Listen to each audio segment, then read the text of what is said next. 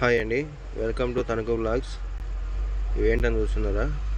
ఈరోజు 4వ రోజు డైటింగ్లో భాగంగా డైట్ అయితే బ్రేక్ చేయాల్సి వచ్చింది. ఎందుకంటే నేను అనుకోకుండా బెంగళూరుకు రావాల్సి వచ్చింది.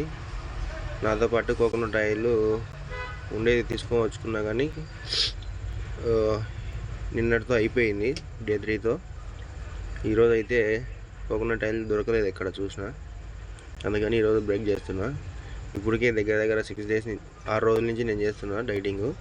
దగ్గర 110 నుంచి ఇప్పుడు 104కి వచ్చిన. అందుకే ఈరోజు డైట్ బ్రేక్ చేసి మళ్ళీ ఊరికి పోయిన తర్వాత మళ్ళీ కోకోనట్ ఆయిల్ తీసుకొని మళ్ళీ డైట్ అయితే స్టార్ట్ చేస్తా.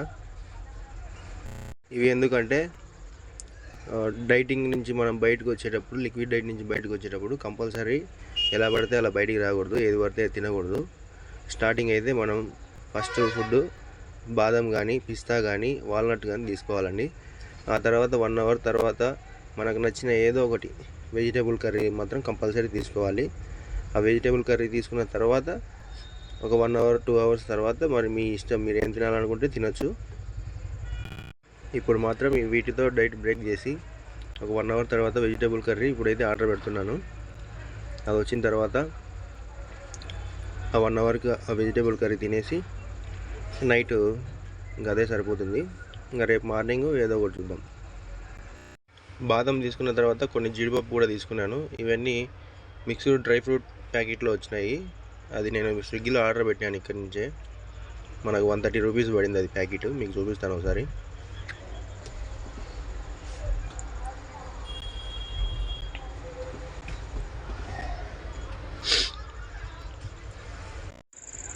మనం ఆర్డర్ పెట్టిన మిక్స్ వెజ్ కర్రీ అయితే వచ్చేసింది.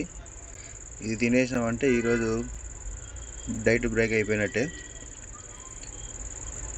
రేపు మళ్ళీ తర్వాత ఏం కావాలంటే అది తినచ్చు. తిన్న తర్వాత మళ్ళీ ఒక 2 డేస్ తర్వాత మళ్ళీ కోకోనట్ ఆయిల్ తీసుకొని కంపల్సరీ మళ్ళీ స్టార్ట్ చేస్తా. ఇప్పటికైతే 104కి వచ్చా, 6 kg తగ్గిన. కంపల్సరీ మళ్ళీ ఒక 2 డేస్ తర్వాత మళ్ళీ స్టార్ట్ చేస్తా. ఈసారి 1 మీల్ డైట్ అయితే చేద్దాం అనుకుంటున్నా. నెక్స్ట్ 2 డేస్ తర్వాత అది ఎలా చేయాలి ఏమనేది ఛానల్లో వీడియో పెడతా.